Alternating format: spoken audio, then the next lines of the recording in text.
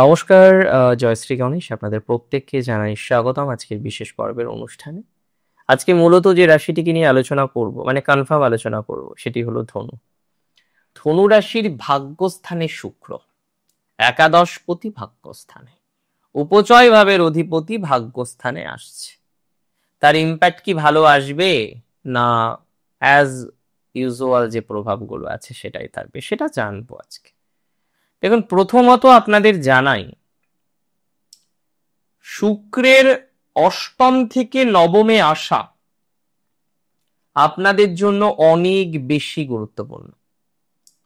এর আগে শুক্রের যা পজিশন ছিল, আপনাদের স্ট্রাগল বেড়েছে, ফাইন্যান্সিয়াল ক্ষতি হয়েছে, ফাইন্যান্সিয়াল ভাবে বিভিন্ন নেগেটিভ ভাইবসে পড়েছেন, বিভিন্ন রকম ভাবে আগে স্ট্রেস এসছে, অশান্তি এসেছে, স্ট্রেসফুল সিচুয়েশনের মধ্যে দিয়ে চলতে হয়েছে ধনুকে। বিকজ ধনু রাশির অষ্টমে শুক্র বাধা তো দিয়েছে প্রচুর, স্ট্রাগল তো দিয়েছে প্রচুর, এখনো দিচ্ছে। 15 তারিখ পর্যন্ত এই যে স্ট্রাগলটা কম হোক বেশি হোক করছেন, এটা থাকবে 15 তারিখ পর্যন্ত থাকবে। 15 তারিখের পরে এই সিচুয়েশনটা থাকবে না। ভাগ্যস্থানে শুক্রের অবস্থান অত্যন্ত শুভ, আপনাকে শুক্র স্টেবল হতে সহযোগিতা করবে, আপনার কিছু অ্যাচিভমেন্ট বৃদ্ধিপ্রাপ্ত হবে। যারা বারবার দেখছেন ভাগ্য সাথ দিচ্ছে না, যারা বারবার দেখছেন ভাগ্য সাপোর্ট করছে না, বারবার দেখছেন একটা স্ট্রাগল কনস্ট্যান্টলি চলছে, ম্যানেজ করতে পারছেন, তো যাদের এই জায়গাটা রয়েছে না, একটা স্ট্রাগল চলছে, একটা অশান্তি চলছে, একটা সিচুয়েশন ভালো করতে চাইছেন কিন্তু করতে পারছেন না, আমি মনে করি তাদের ক্ষেত্রে কিন্তু ইমপ্রুভমেন্ট হয়ে যাবে। তাদের ক্ষেত্রে কিন্তু গতি প্রকৃতি বৃদ্ধিপ্রাপ্ত হওয়ার যে সম্ভাবনাটা, হ্যাঁ, সেটা অনেকটা বেশি। সময় কাজে লাগাতে হবে। একটা কথা আমি আপনাকে বলি, যদি সঠিকভাবে আমরা প্রচেষ্টা করি না, অনেকটা সময়কে কাজে লাগিয়ে কিন্তু আমরা পথ চলতে পারবো। প্রবলেম যেটা হয়ে যাচ্ছে, সঠিক জায়গায় কাজে লাগাতে পারছেন না, অনেক কিছুতে অনেক রকম ভাবে চেষ্টা করেও কাজে লাগানোর একটা জায়গা বা কাজে লাগানোর একটা ক্রম তৈরি করতে পারছেন না, এটা কিন্তু ভালো দিকে আসবে।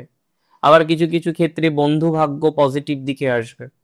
কিছু কিছু ক্ষেত্রে আমরা দেখতে পারবো যে ফলস অ্যালিগেশন ধনুর উপরে এসেছিল, many of you got this, না, একটা ফলস অ্যালিগেশন এসেছে, সেই ফলস অ্যালিগেশন থেকে মেনি অফ ইউ আপনারা বেরিয়ে আসতে পারবেন। অনেকেই আছেন ফলস অ্যালিগেশন, অনেকেই যন্ত্রণাটা নিয়ে ভুগছেন, সব ঠিক হচ্ছে, ফলস অ্যালিগেশনের প্রবলেমটাকে মিনিমাইজ করতে পারছেন না। তো যারা পারছেন না, যারা ফলস অ্যালিগেশন থেকে বেরোতে পারছেন না, ফলস অ্যালিগেশনের একটা চাপ আপনার জীবন চক্রে রয়েছে, পারছেন না ম্যানেজ করতে, একদম সিম্পল কথা বলি, ফলস অ্যালিগেশন থেকে বেরোতে পারছেন না, একটা সিম্পল কথা বলি, ফলস অ্যালিগেশন বারবার আসছে, যে কাজটা করেননি সেই কাজটা নিয়েও কিন্তু ভোগান্তি তৈরি হয়ে যাচ্ছে, যেটা কাউকে বলেননি, যে না আপনি হয়তো কারোর ক্ষতি করেননি, কোনো রকম নেগেটিভ জায়গায় যাননি, তারপরেও আপনি দেখছেন যে না একটা নেগেটিভ ভাইবস কিন্তু তৈরি হয়ে যাচ্ছে। তো যাদের এটা কনস্ট্যান্টলি হচ্ছে, যারা কনস্ট্যান্টলি এই জায়গাটা ফেস করছেন, কিছু করছেন না, কিছু বলছেন না, তারপরেও আপনি দেখছেন কি না একটা ফলস অ্যালিগেশন আপনার চলে আসছে।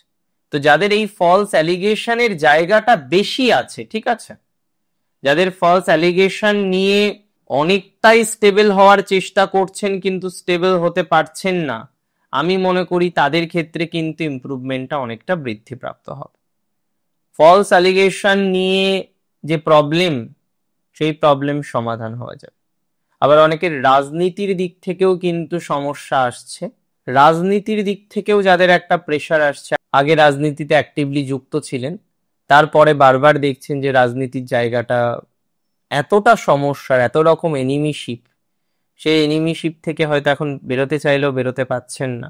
যাদের এনিমিশিপটা অনেক বেশি, এনিমি বা শত্রুর কারণে যারা সমস্যায় পড়ছেন, এনিমি বা শত্রুর কারণে যারা জটিলতার মধ্যে রয়েছেন, তাদের ইমপ্রুভমেন্টের জায়গাটা অনেকটা দেখতে পাবে। অ্যাকচুয়ালি অষ্টমে শুক্র নানা রকম বিপাকে ফেলে, বিভিন্ন রকম সমস্যা হতে চায়, বিভিন্ন রকম সমস্যায় ফেলে, বিপরীত জেন্ডার থেকে অ্যালিগেশন, ফলস অ্যালিগেশন, হ্যাঁ, বিভিন্ন রকম জটিলতা, সম্মানহানি, এগুলো এসছে অনেকের। আবার কিছু ব্যাড হ্যাবিটে জড়িয়েছেন, ব্যাড রিলেশনশিপে জড়িয়েছেন, আনএক্সপেক্টেড রিলেশনশিপ তৈরি করেছেন, ফ্যামিলির ক্ষতি করেছেন। এগুলো মিনিমাইজ হবে ধীরে ধীরে।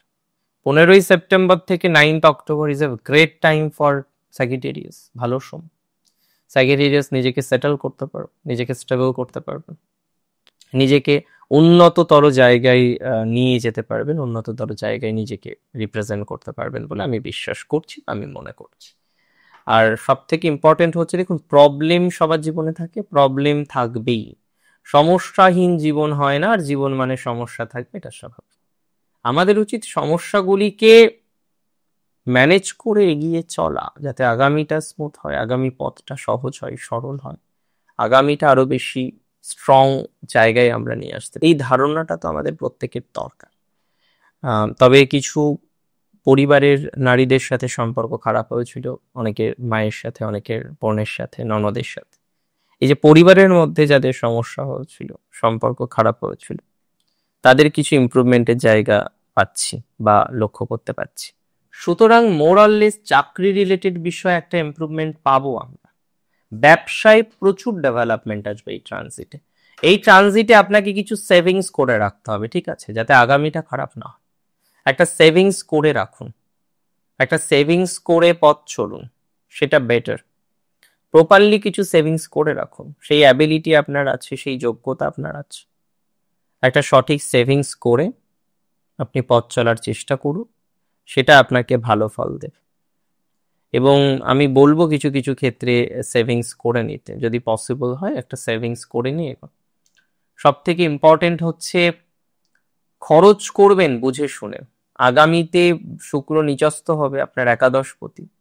এখন কোনো রকম বন্ধু বান্ধবের সাথে বেশি ঝামেলার মধ্যে জড়াবেন না। যদি দেখেন কেউ রাফ বিহেভিয়ার করছে, ঠিক আছে, তর্কে যাবেন না, বিতর্কে যাবেন না, বিতর্ক এড়িয়ে চলুন। এই সময়টাই যত বিতর্ক এড়িয়ে চলবেন, আগামীটা তত বেশি স্ট্রং হবে। এই সময় যত বেশি বিতর্কে জড়াবেন, আগামীটা তত বেশি নেগেটিভ হবে। সো বিতর্ককে অ্যাভয়েড করে চলুন, যত রকম ভাবে পারেন না, বিতর্ককে এড়িয়ে চলুন। It is very very very important. বিতর্ককে এড়িয়ে চললে ভালো থাকতে পারবেন, বিতর্ককে এড়িয়ে না চললে ভালো থাকতে পারবেন না। বিতর্ককে এড়িয়ে চলুন, বিতর্কের মধ্যে প্লিজ যাবেন না। আপনারা অনেকে আছেন, তারা বারবার কনস্ট্যান্টলি বিভিন্ন রকম বিতর্কের মধ্যে জড়িয়ে পড়ছেন, বিতর্কের মধ্যে পড়ে যাচ্ছেন। এটাতে যাওয়া যাবে না।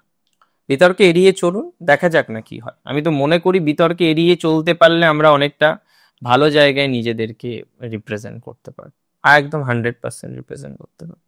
সো বিতর্ক এড়িয়ে চলুন, কোনো রকম ঝামেলায় যাবেন না। আইনি ঝামেলা বা আইনি জটিলতা যেন কোনোভাবে না হয়, সেটা খেয়াল রাখতে হবে। কোনো রকম আইনি ঝামেলায় বা আইনি জটিলতা এই সময় জড়ানো যাবে না, সেটা আপনার জন্য নেগেটিভ হতে পারে। আইনি জটিলতাকে এড়িয়ে চলুন, বিতর্ক এড়িয়ে চলুন, সমস্যা এড়িয়ে চলুন। কিছু কিছু ক্ষেত্রে ফাইন্যান্সিয়াল একটা ক্রাঞ্চ আপনার এখনো আছে, সেটার জন্য হয়তো লোন নিয়েছিলেন। এবার যারা লোন নিয়েছিলেন না, অলরেডি লোন নিয়ে ফেলেছেন, বুঝতে পারছেন এখন কি করবেন, এখন কিভাবে সার্ভাইভ করবেন, এখন কিভাবে ডেভেলপমেন্টটা হবে, এটা বুঝতে পারছেন। সো তারা ধীরে ধীরে ধীরে ধীরে ক্রমশ দেখবেন বর্ধনশীল একটা জায়গা আসবে।